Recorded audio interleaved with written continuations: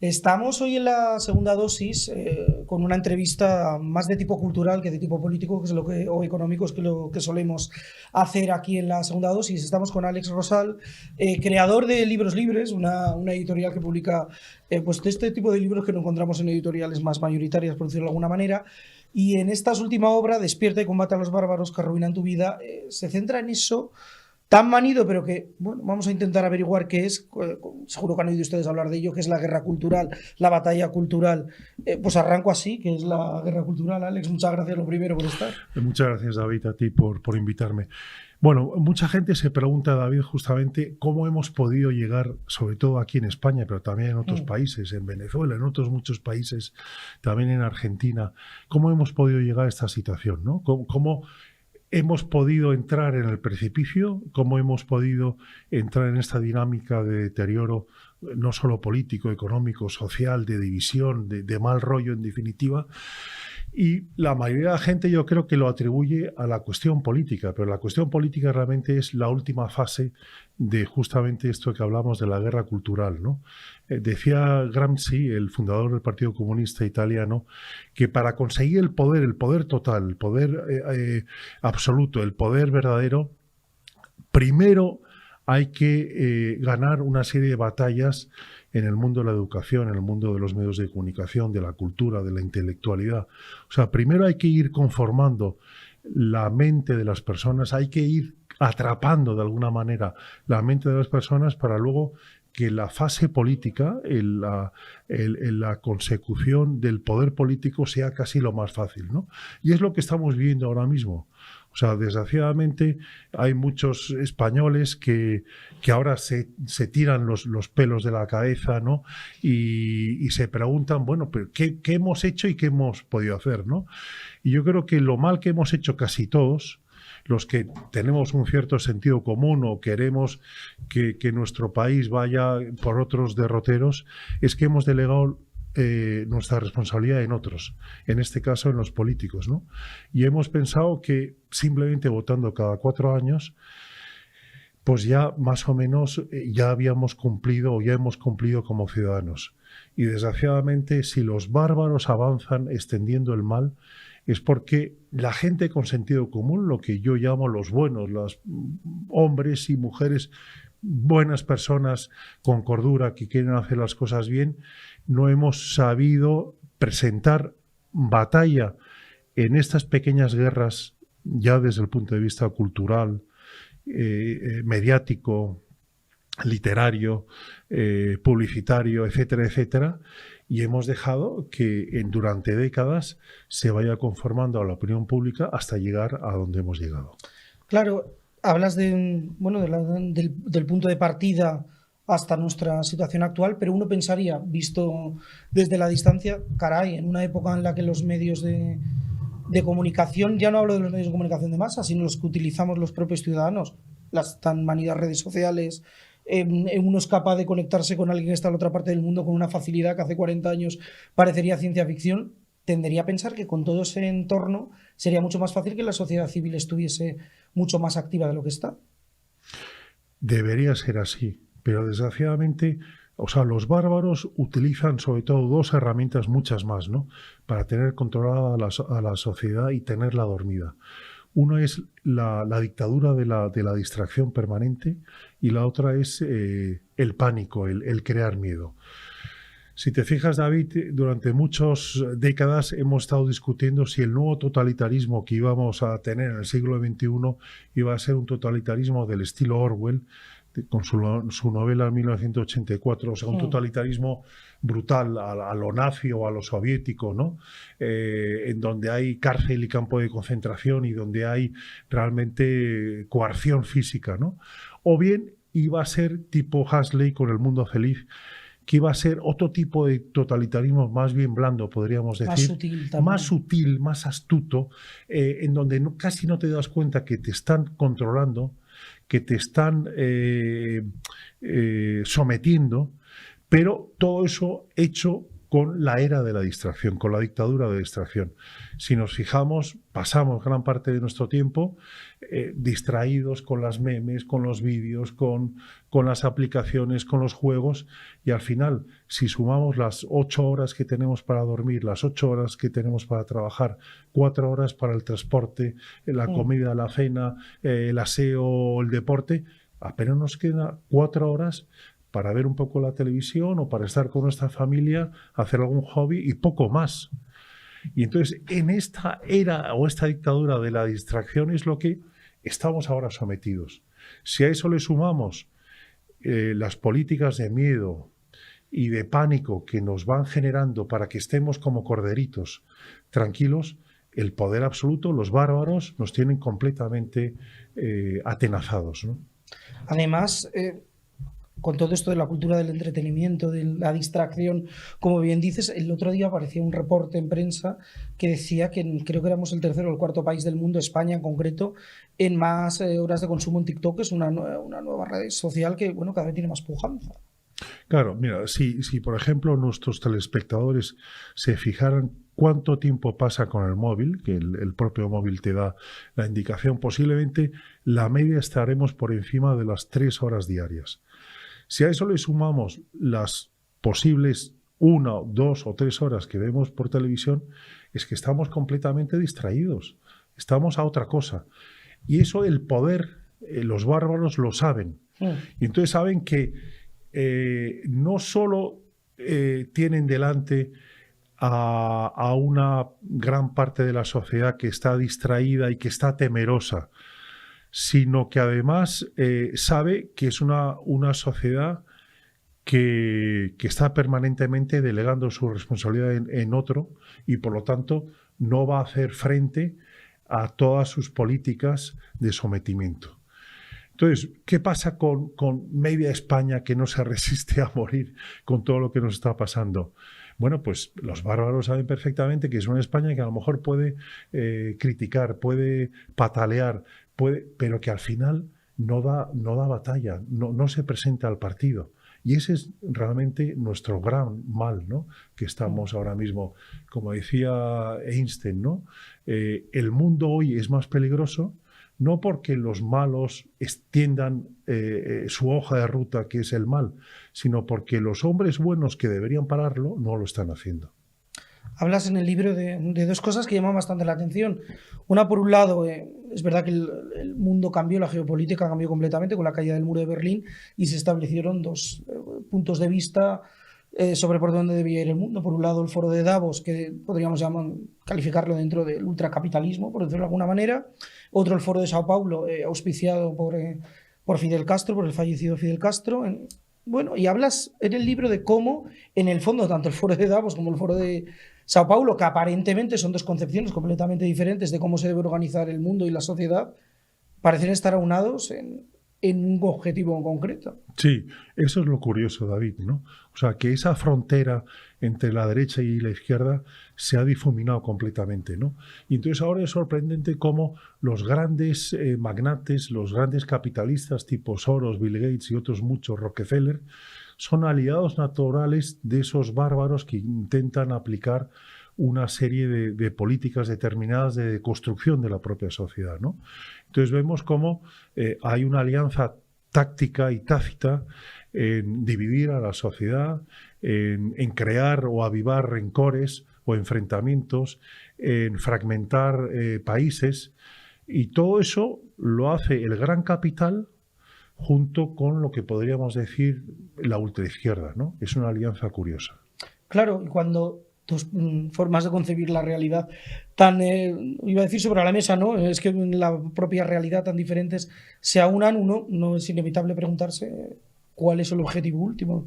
No quiero decir solución final porque puede recordar a otra cosa, sí, pero sí cuál es el objetivo. No, pero realmente es crear un nuevo paraíso en la Tierra. Es decir, los bárbaros lo que no quieren, no les gusta es el estilo nuestro de vida. O O sea, el que tengamos tanta libertad de expresión, de movimiento, libertad para emprender, libertad de pensamiento, tener la capacidad de poder educar a nuestros hijos en la cosmovisión o las creencias que queramos, el que podamos tranquilamente comer carne si nos gusta, o al que le gusten los toros, a mí no particularmente, pero que pueda ir a una corrida. O sea, hay realmente una rivalidad entre una sociedad abierta y una sociedad que quieren implantar los bárbaros, muy ideologizada, en donde nos prometen un paraíso, pero que nos llevan realmente al infierno, ¿no? Ese es realmente el objetivo, ¿no? Y eso se hace, como tú decías al principio, David, de una forma sutil, de una forma pausada, de una forma astuta, pero que al final es una forma de totalitarismo que lo que quiere es controlar una sociedad. Ahora mismo, la guerra en la que estamos viviendo, que como decías es una guerra cultural, no va de soldados, de tanques, de sometimiento físico, no, va de control de las propias pensamientos y actitudes, ¿no? Por eso es tan difícil de percibir por el ciudadano común, ¿no? Y de ahí un poco viene el libro, ¿no? Para alertar de que si queremos romper esas cadenas que poco a poco nos están atornillando, tenemos que despertar, en primer lugar, tenemos que tomar conciencia de que entramos ya en una fase de cierto totalitarismo, de que vamos a un precipicio. Eso de que nos decían de que aquí no puede pasar, está pasando. Y vamos a ir a más si no despertamos y tomamos sobre todo la decisión de enfrentarnos, ¿no? De dejar de delegar esas actitudes en otros y darnos cuenta que hay que empezar a hacer pequeños gestos, pasar de las microcobardías a las microvalentías, y es una tarea de todos. Si esa media España que no se resiste a morir, todos y cada uno empezamos a sustituir esas microcobardías por microvalentías, vamos a generar un movimiento, una revolución que indudablemente a ese mal que nos está afectando ya en nuestra vida personal, en nuestra vida política, económica, social, lo vamos a frenar.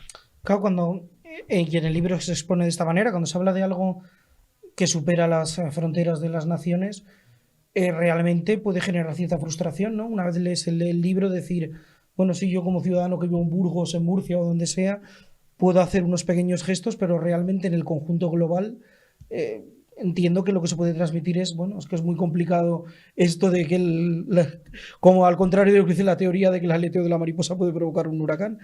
Sí, pero fíjate, hasta ahora el mal ha avanzado de una forma ágil, o sea, fácil, podríamos decir, ¿no? Porque no tenía nada enfrente. No tenía a nadie enfrente, o sea, salían a jugar el partido y los bárbaros salían con el equipo completo y los aficionados y el árbitro a su favor. Y en cambio, delante no tenían a casi nadie. Yo lo que pido es que saltemos al campo. Y luego, o sea, la mejor manera de perder los partidos es no jugarlos. Pero si damos esta batalla, es posible que la perdamos, pero por lo menos vamos a dar la batalla. Si no se da la batalla, la vamos a perder seguro. Entonces, por eso que es un motivo para despertar, saber qué podemos hacer cada uno de nosotros. A lo mejor tenemos una capacidad de influencia pequeña, pero en esa influencia es importantísima. Me decía el otro día, David, una señora mayor, una abuela, oye, ¿yo qué puedo hacer? Soy una abuela, soy una ama de casa. Yo le decía, mira, la mejor influencia o el mejor gesto que tú puedes hacer es hablar con tus nietos, con tus vecinos y simplemente hablarles de lo que pasa en el mundo y contarles tu verdad, contarles tu enfoque. Y lo que tú le cuentes tiene más influencia, lo que tú le digas como abuela tiene más influencia que lo que escuchen tus nietos en la televisión o en la radio, ¿no? Eso, por ejemplo, que es un pequeño gesto, es importantísimo. Claro, además, es verdad que como con los marcos del debate, esto lo cuentas muy bien en el libro, no es que se hayan desdibujado, es que a veces hay asuntos en los que ni siquiera está bien visto o permitido el debate. Claro, esto me lleva a una parte del libro en el que hablas de la famosa ventana de Overton, que ya se ha convertido en un tópico, que yo creo que ya ni la gente que tiene ni idea de Overton la citan constantemente. Bueno, yo leía el libro y digo, es que situaciones en concreto, no en todas, pero hay algunas que ya no es que se haya ampliado la ventana, es que directamente han dejado el boquete y que entre todo, ¿no? Sí, pero eso es justamente porque no hay nadie detrás. Al final, la democracia es un juego de presión. Si hay una parte que presiona, pero la otra no, al final, pues se acabarán llevando el gato al agua unos y no otros, ¿no? Nuestro problema está en que estamos todo el día quejándonos, todo el día criticando, todo el día amenazando con hacer algo sin hacerlo y no estamos dando la batalla. Por eso que tenemos que salir. Bueno, pues el libro es una llamada a tomar conciencia en eso, ¿no? Yo también cito cómo, de alguna manera, el Solzhenitsyn, cuando era un disidente muy perseguido en la Unión Soviética, ¿no? Presentaba la batalla contra el totalitarismo comunista en Rusia, ¿no? Y él decía que una de las cosas, de los pequeños gestos que recomendaba a sus familiares y amigos, era simplemente vivir en la verdad. O sea, vivir en la verdad significa que si te obligan a decir algo que tú no estás de acuerdo, simplemente mantenerte neutral. No hace falta que a lo mejor te enfrentes o creas un debate o discutas. No, simplemente el hecho de no sumarte a esa mayoría o a esa corriente en donde favorece el mal, eso ya es un gesto magnífico, un gesto importantísimo para frenar ese mal, justamente. Contabas que hace un momento que esos cajoncitos de desastre que tenemos en la cabeza con los que identificamos las ideologías tal y como las hemos conocido históricamente en el siglo XX, la izquierda y la derecha, por circunscribirnos a dos grandes cajones de desastre, como digo, cada vez están más difuminadas. Y uno se pregunta, ¿qué papel tienen en este mundo donde está todo tan difuminado algo, bueno, casi tan atávico como son las religiones? Bueno, ya tú acordarás seguramente, David, cuando Donoso Cortés decía que bajo cualquier problema político se encuentra también un asunto teológico, ¿no? O sea, la religión también... o sea, incluso para los no creyentes siempre está presente. Claro, porque incluso la no creencia es una forma de religión, ¿no? De alguna manera, ¿no? Pero sí que es verdad que o sea, no es lo mismo vivir si tú crees en algo poderoso que te pueda salvar la vida y que pueda convertir la vida de los demás en algo positivo, armonioso y bello, que no creer en eso. Eso condiciona completamente la vida de uno, ¿no? Entonces, sí que la religión tiene un aspecto positivo. Yo me refiero más bien al cristianismo, ¿no? Sí, bueno, en nuestro ámbito cultural. En nuestro ámbito, claro, que es el cristianismo.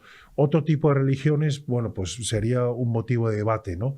Si son religiones que fomentan una vida sana o no.